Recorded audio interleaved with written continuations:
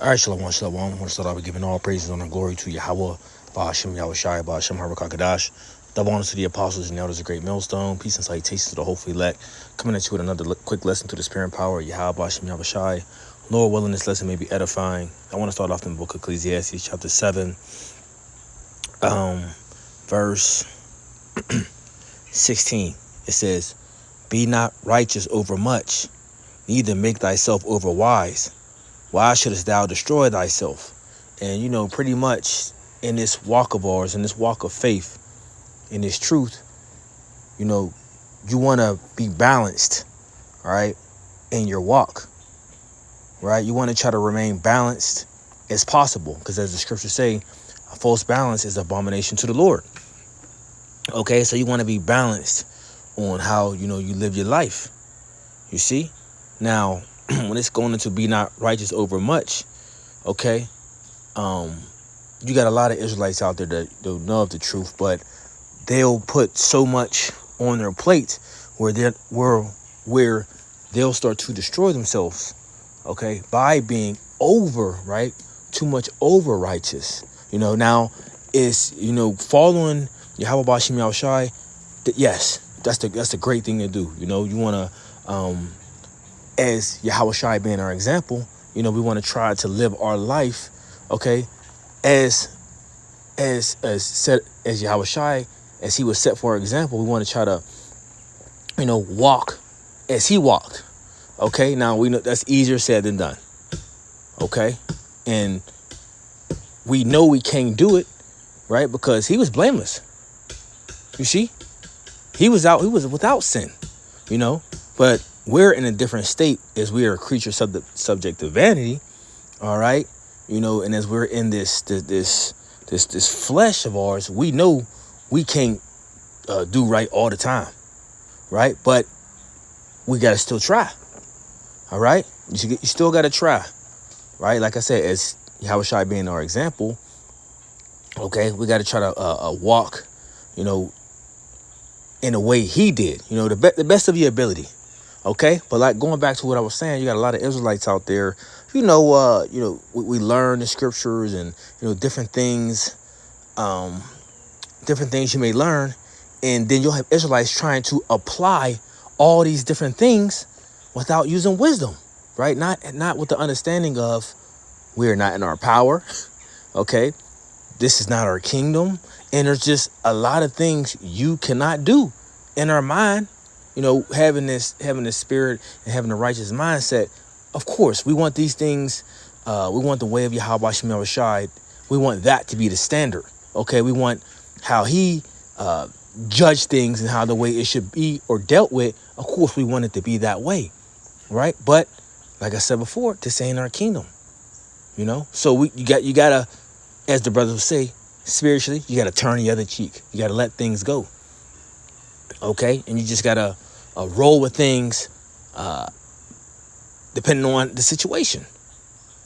All right, so you don't want to get in this mind frame of I'm gonna do this exactly because the scriptures say exactly that. And I'm gonna just say let's use an example, right? Let's dealing with two fairies. Okay, we know the proper judgment which should be done to those two individuals.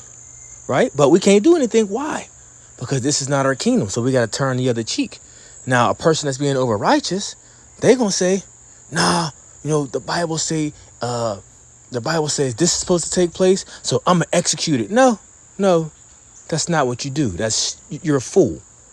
Okay. Even though in the mindset, in the scripturally, that's supposed to take place, but there's nothing you can do now. That's something you just have to bear and turn the other cheek from it and deal with it. Okay, you won't be vexed from the filthy conversation of the wicked. All right, that's part of our that's so-called, I'll use the word, that's part of one of our infirmities that we have to deal with. All right, so now so when it goes into why shouldest thou destroy thyself, you can destroy yourself, and it means that a lot of these different things, just because you're trying to be over righteous. That's why it all goes back into balance, right? Go ahead. got a precept for you, Brother Daniela. This is Romans chapter 13, verse 1. You know, just backing up what the brother was saying about, hey, you have different things set in place in this kingdom to where you cannot fully keep the law of the Lord. And the Lord is the one who set up this kingdom. You know, Romans 13 and 1, it says, let every soul be subject unto the higher powers. Bro, you gotta speak louder. Let every soul be subject unto the higher powers, for there is no power but of the Most High. The powers that be are ordained of the Most High. So this whole world, this whole setup, this whole government was set up by the Most High. So you going against, even though it's lawful in the eyes of the Lord, you going against those things is going against the Most High. You know, like the brother saying, not using wisdom. Right? It says, whosoever therefore resisteth the power, resisteth the ordinance of the Lord, of the Most High, and they that resist shall receive to themselves damnation. And this is why, if you are over righteous to that point, you could end up in jail, or you could, or worse, because you're going against what the Most High has ordained to happen. Yeah, yep. You could destroy your livelihood. There's many different scenarios you could be put in just by, you know, being over righteous or being overzealous.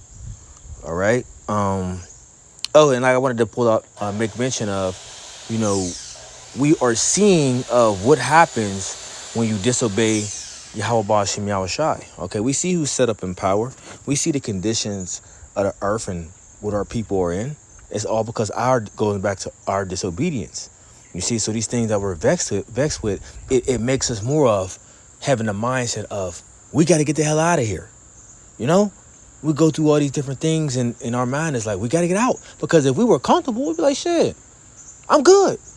You know, when you talk to these different high class or millionaire jakes, they're not worried about the little small things that's going on around them because they don't have that worry. You know, they living good, they comfortable. You know, and the minuscule things is not on their mind. Okay, they don't care about the things that's going on in the world of what's taking place and this and that. As long as it's not affecting their cash flow, they don't give a shit. You know, but going back, I'm trying to stick on the point. It says in verse 17, right? And this is really why I'm doing the lesson. It says, "Be not overmuch wicked, neither be thou foolish. Why shouldest thou die before thy time?" Now I wanted to go into this because everyone's grace is different, right? Now you got the story of dealing with King David. His grace was different. Everybody's not going to receive the mercy like King David did. And he committed an act of adultery, which we know is what? Worthy of death, right? Give me Ecclesiastes 8:11, Baba Gashar. Because you got to understand what somebody else does, and the Lord may give them a slap on the wrist or a little, a slight judgment and not as harsh, don't mean you can go and do the same thing, right? You shouldn't want to, but do the same thing and think that you're going to get that same punishment, so to speak. No, the Lord might kill you, right? Because you're not that individual. Even if that person does something was wicked, or it might just be something that was not wise to do. It wouldn't be the right thing to intentionally go do that same thing, because you don't got the same grace. Everyone don't have that same grace period. You know what I mean? Just because you see another brother doing it doesn't mean you should be doing it. You know? Yep. Ecclesiastes 8:11. It says, because sentence against an evil work is not executed speedily. Anyway, so now that's when I first started out, right? The sentence of an evil work. A fairy with a fairy is an evil work that's being done in the midst of the earth, right? This is complete fairyland, right? But it's not being executed speedily. You know, these things are, occurring more and more. But this punishment is being stacked up for the over unalive, right? It's going to be an over unalive coming to this earth, right? Go ahead. Right. It says, therefore, the heart of the sons of men is fully set in them to do evil. See? So the mindset of the man is, shit, I got away with it. I'm going to keep doing it. Right? I'm good. You know, not knowing that you are literally, you really have let's just say, like we use in the world, I kept the receipts. Bro, the angels got the receipts. Right? The Lord got the receipts. And he's just looking at your tab like, nigga, you owe. Right. You- Your tab is stacking up and stacking up. Stacking up, You you didn't owe. take no consideration, no heed, and that's really for Israel. No Mhm. heed of the Most High. And like the brother said, the angels are recording everything, Mm-hmm. right? When you do your folly, they right there. Mm-hmm. You know. You know, sometimes they escape you out of folly, and sometimes they let you, get harmed or whatever situation Mm-hmm. happens in that folly for either, we know it's all judgment, but to either, To either what's the word I'm looking for? Oh man, I got a mind blank. like a lesson. Like a lesson, Yeah. like a lesson to say, you see, Shouldn't have we been doing got you out of this situation multiple times, but now I gotta let you hit your head, Mm-hmm. so you can understand it, so you can stop, so you could be like, okay, this ain't okay. I gotta go a different route. Right. Go ahead. And that's one of the things of trying to walk mindfully and carefully in the truth, man. Because like when your name comes up in heaven, you want there to be good things said about you, even though you are struggling through these different battles that you have to go through. Mm-hmm. You want there to be good things, like they said about Job. Have you considered my servant Job? He's righteous in all the earth and abhorreth evil. You want things like that to come up in heaven, not, oh no, this guy's been doing this and he's been doing that, blah blah blah blah blah. He's not repenting, right? He keeps doing this. We're gonna have to get rid of him, like they did with Ahab. Yeah, the angels be chilling. Angels probably be like, because everybody, angels watching over brothers. Angels probably be like, bro, what are you doing, nigga? They probably, just being facetious with it. They be talking like, you know this Mm-hmm. individual, or whatever name that brother is, man, his dumbass and did this other angel look like, put his hand on his face. I'm being funny with it. You know what I'm The saying? angels even tell you when when you're doing something wrong. Well, you shouldn't be doing that, right? But you still go and do it, Mm-hmm. right? So, there's a certain level of mercy that the Lord gives each man that is not extended to everybody. Everybody, yep. Right. Verse 12 here, Ecclesiastes 8 and 12. Though a sinner do evil 100 times, and his days be prolonged, yet surely I know that it shall be well with them that fear the Most High and fear before him. So it's better to fear the Lord. It's better to fear the Lord, even though you look at these individuals, stacking sin upon sin upon sin, and you think they're getting away. Nah, like we going back to the receipt. Nah, you owe. And a lot of people are about to pay what they owe, and what? In a harsh judgment. That's how they about to pay. Right? So even though it look like these people be getting away, they look, trust me, they're not getting away, man. They not getting away. Right? You got something else? Yeah, it says, but it shall not be well with the wicked, neither shall he prolong his days, which are as a shadow, meaning they go away quick. It says, because he feareth not the Most High. That was it. So going back into this, Ecclesiastes chapter 7, verse 17, I read it again. Be not overmuch wicked, neither be thou foolish. Why shouldest thou die before thy time? So we went into the righteous part, but going back into the wicked part, bro, there's certain levels to wickedness where the Lord will not tolerate. You might do something 2, 3, maybe even 10 times. Yeah. But the Lord could be like, he got one more time to do this shit. And I'm asking him. You know what I'm saying? I'm going to ask him. Or I'm going to take his limb. Or I'm whatever the case may be.